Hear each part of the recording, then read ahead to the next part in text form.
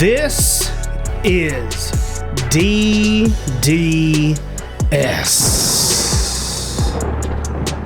We are your hosts, Blake Melton, Bradley Newberry, and Matthew Parker. He's got the day off today. Let him have it. Newberry. Did he get it off or a little turkey hangover? Hey, it happens. You know, day after Thanksgiving, it happens. Little tryptophan hangover. Never fear. He sent me his picks for all of those out there that trust in Parker only. Yep. In Parker we trust. Yes, indeed. Welcome to the college football picks. We're going to begin with Knoxville, Tennessee. Vanderbilt making a visit to the Vols. UT riding high this week. They've met their 6-win plateau. Yep. Hendon Hooker will remain efficient. Yep. And quite simply, the Vols will dominate. I mean, this one is easy to call. I mean, Vandy doesn't have a chance. They don't. They could play their best game of the year.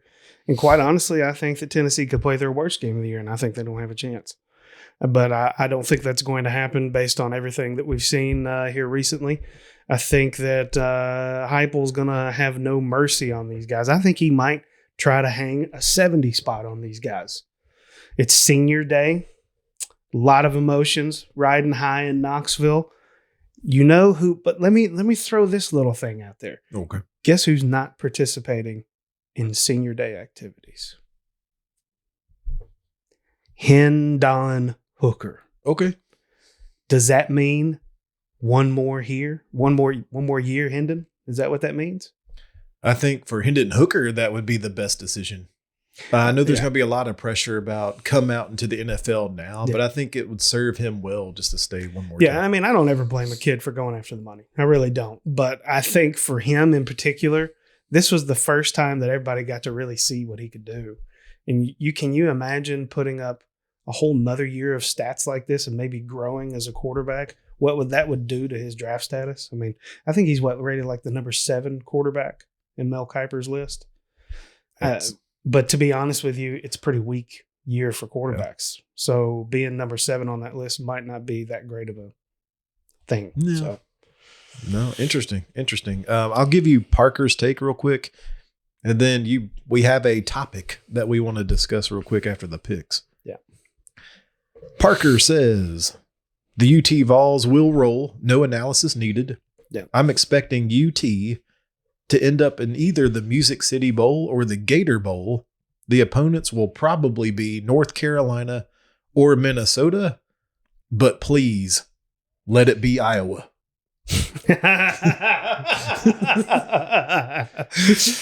Oh, man. I love that. That's awesome. He wants a little UT Iowa. I'm going UT 50-13. I'm going 50 burger. I'm going UT 72-3. Oh, I'm saying this is going to be. And the starters are not coming out. They are going to be running up all kinds of numbers. So, speaking of starters, what's the latest news on Tyon here that we just got? It was reported today, this is the day after Thanksgiving, so Friday after Thanksgiving, that Tyon Evans has officially entered the transfer portal. Oh, God. Another transfer portal. Yeah. So there's a few things at play here. So there were rumors a couple weeks ago that Tyon was going to be sitting out the rest of the year to get ready for the NFL draft. Okay. This was after he re-aggravated his ankle injury against Kentucky.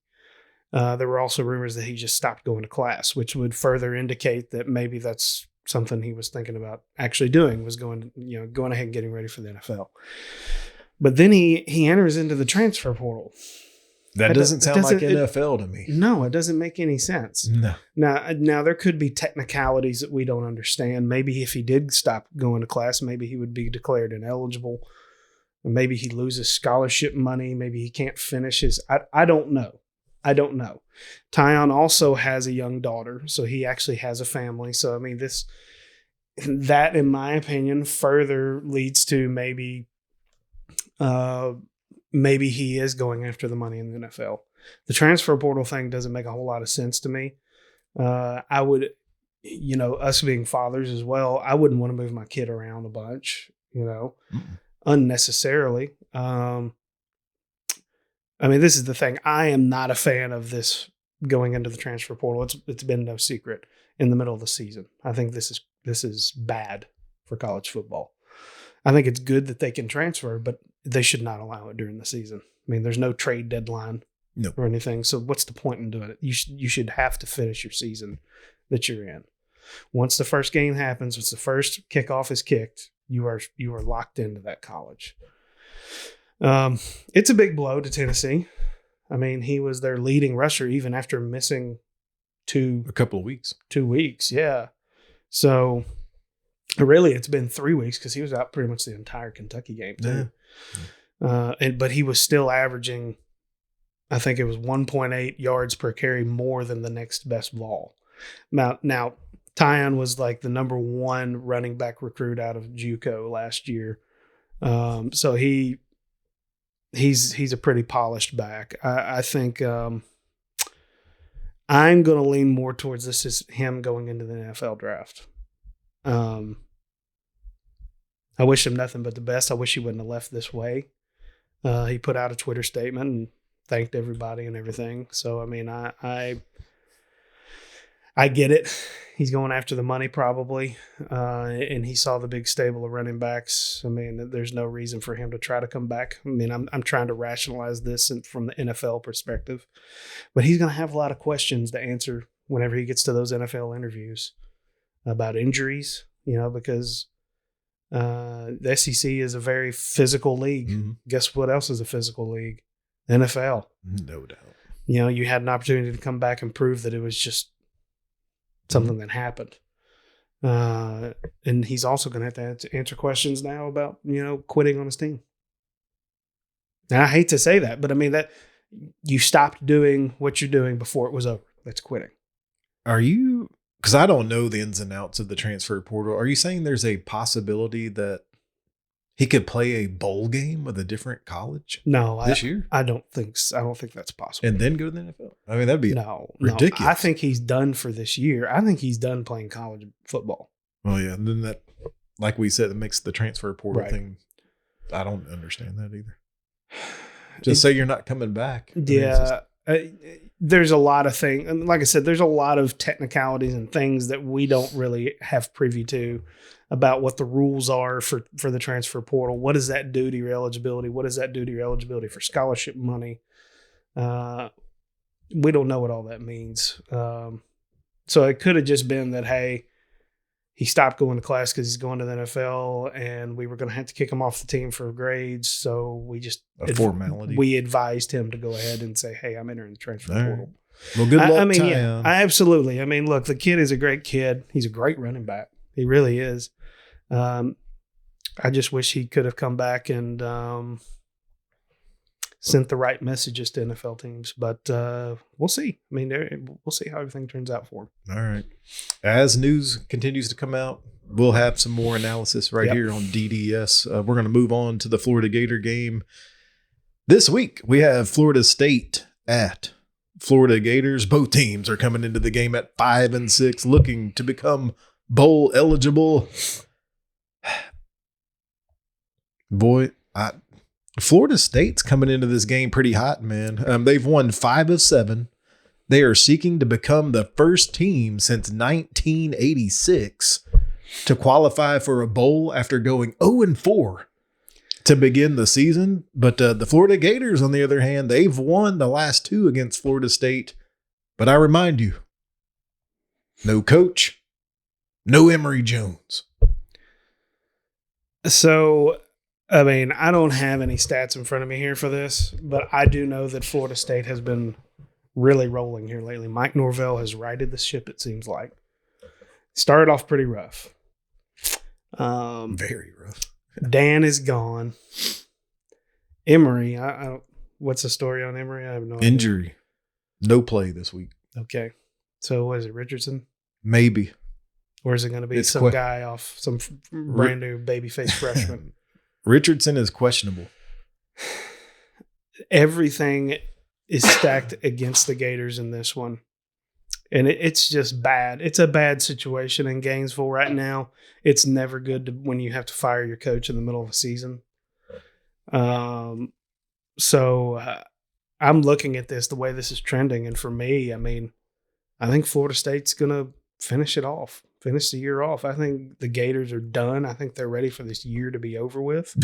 I don't think they really give a shit about playing in a bowl game. I think they don't want to play in a bowl game because it's so bad right now. It just extends an already long season. Yeah, I mean, it's been a bad year, and I think everybody's ready to put it behind them and start their next coaching search. Yeah.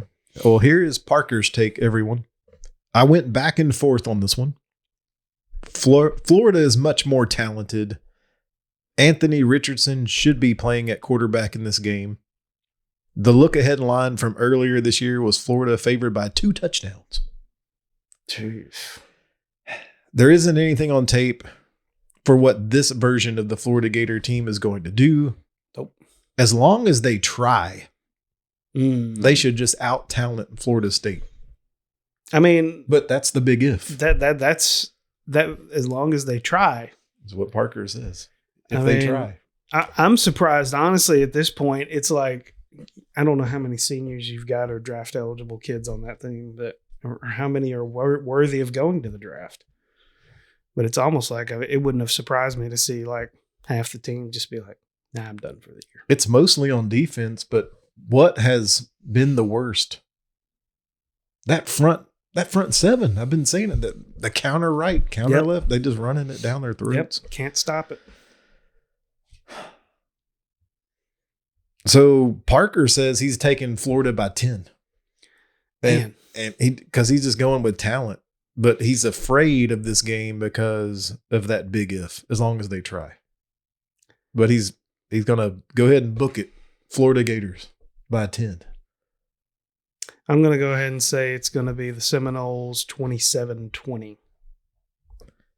And I wrote down Florida State's 5-6 feels like a half full. Mm-hmm. The Florida Gators 5-6 well feels like a half empty. Yeah. One's going one way, one's going the other. I didn't wear this hat for no damn reason. Wow. Florida 27-21. Okay. Go Gators. Go Gators. Ed Orgeron, next coach. You heard it right here. Right. No, we're going to get to some other stuff that's interesting with another team we're going to talk about today. Next game is our game of the week. Number 2, Ohio State makes a visit to number 5, Michigan, a top 5 showdown, Blake, with the Big Ten East title on the line. Michigan is trying to break an 8-game losing streak to Ohio State. And Ohio State is coming into this game after a jaw-dropping 56-7 victory over Michigan State.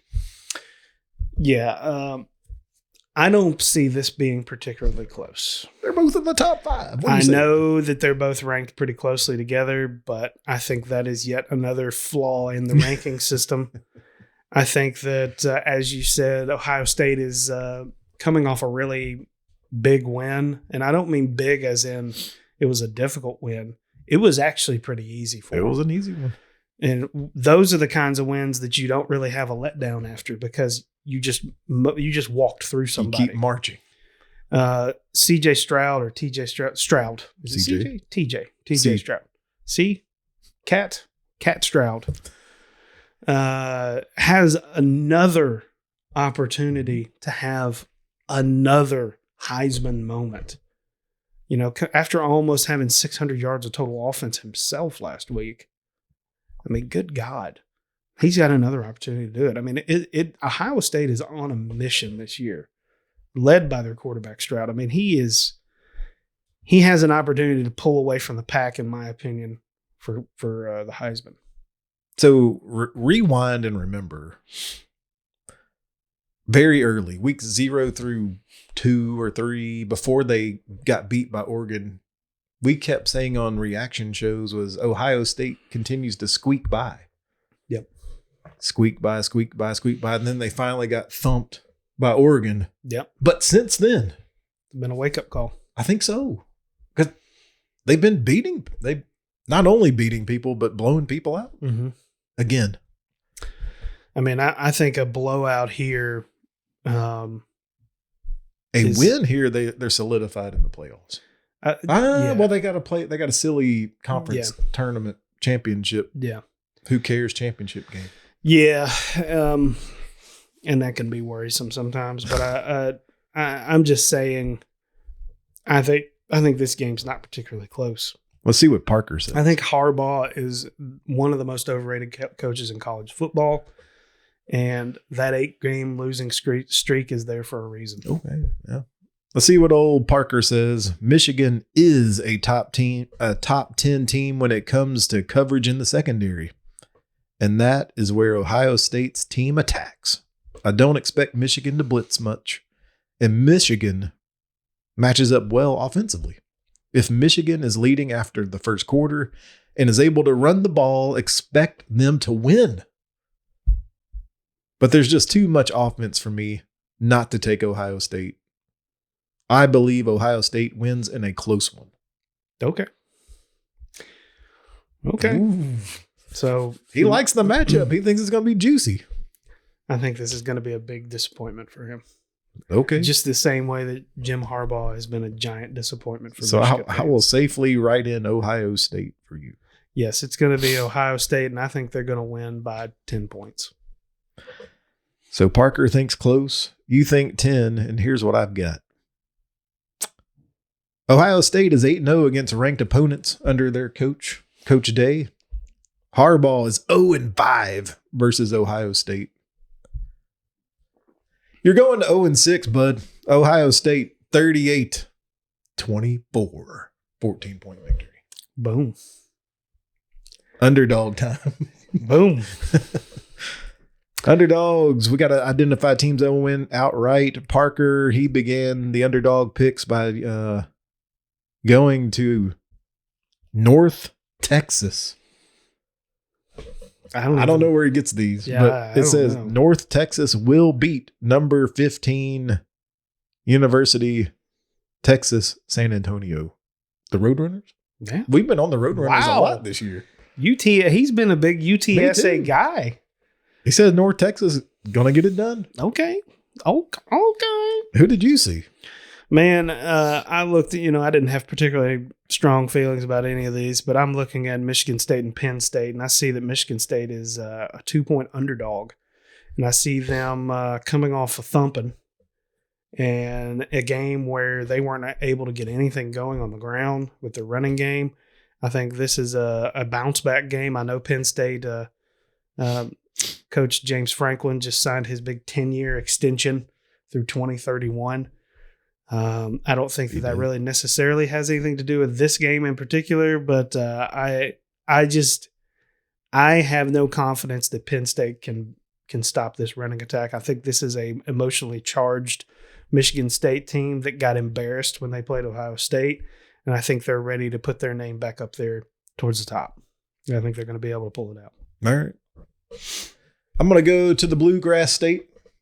And I'm looking at the Governor's Cup game between Louisville and Kentucky. Louisville is a 3-point favorite. Mm-hmm. And Blake and I discussed, we think it's because of some coaching shenanigans going on around Stoops.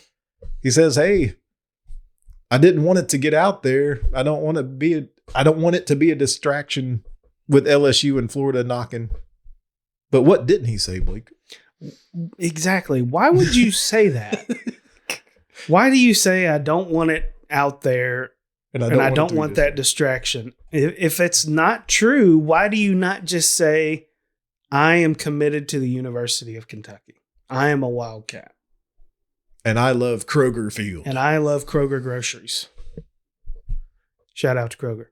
He might be shopping at Publix soon in Florida. Yeah, no kidding. But so, I mean, it was a very interesting way that he worded all that, and he's now created his own controversy.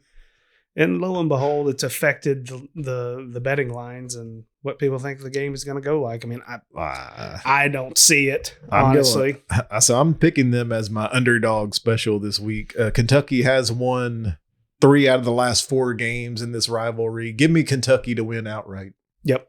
I'm with you on that one. Best bets. Let's look at what Parker's got here. Aha. He says he's going back to the well. Okay. Wyoming. Wyoming. Minus 9.5 with Hawaii traveling over the Pacific to Wyoming. Let's see. It says the only game they won outside of Hawaii is one of the worst teams in the country, New Mexico State. Wyoming is just far superior. He says they're going to win by more than 9.5. Okay. And book it. All right. DraftKings, FanDuel, all of them. Yeah. So I'm going to go to the Arkansas-Missouri game right now. Arkansas is favored by 15. They're going to be going against a Missouri team that was riding high from a big victory over Florida. Classic letdown spot. They were already going to get beat, but now I feel like they're going to get beat pretty handily. This is also Sam Pittman's opportunity to go out with a bang, to finish off what has been a very successful year for the Arkansas Razorbacks. KJ Jefferson has an opportunity to put up some big numbers against a Missouri team that honestly I don't think can handle his style of play. So for this, right now it's Arkansas minus 15. I think they get that pretty easily. I think this is more of a 20 or 21 point game. And I'll go with a favorite as well. I'm going Clemson minus 11 against South Carolina. Mm-hmm. South Carolina may have their grad assistant, may have a student at quarterback. I don't know. Just maybe Clemson will continue to play better football after what they did last week against Wake Forest in this rivalry game. Give me Clemson minus 11. Boom. Man. That's all I got. All I got. Man, you know what? There's a lot of controversy this year in college football. A lot of transfer portals, a lot of coaching moves. There's controversy. There's coaches talking about going within their own conference. I've never seen anything like it. And I've never seen anything like this. Going into this week, all 3 of us are tied at 34 and 24. It's tight in the college picks. You want to make some money? Come with us. Hey guys, thanks for joining us on this our college pick show. Be sure to check us out on Twitter at DDS Sports Talk. Let's get the conversation started there. What do you think? Is Mark Stoops going to go to Florida? Is Florida going to win against Florida State? Is it going to come down to a field goal? Is that going to start again? I don't know. Any parting thoughts? I'm just going to sit back and watch. I got nothing else to say. I'm scared to say anything else about the Florida Gators. Yeah. All right. Well, go Big Orange. You guys be well.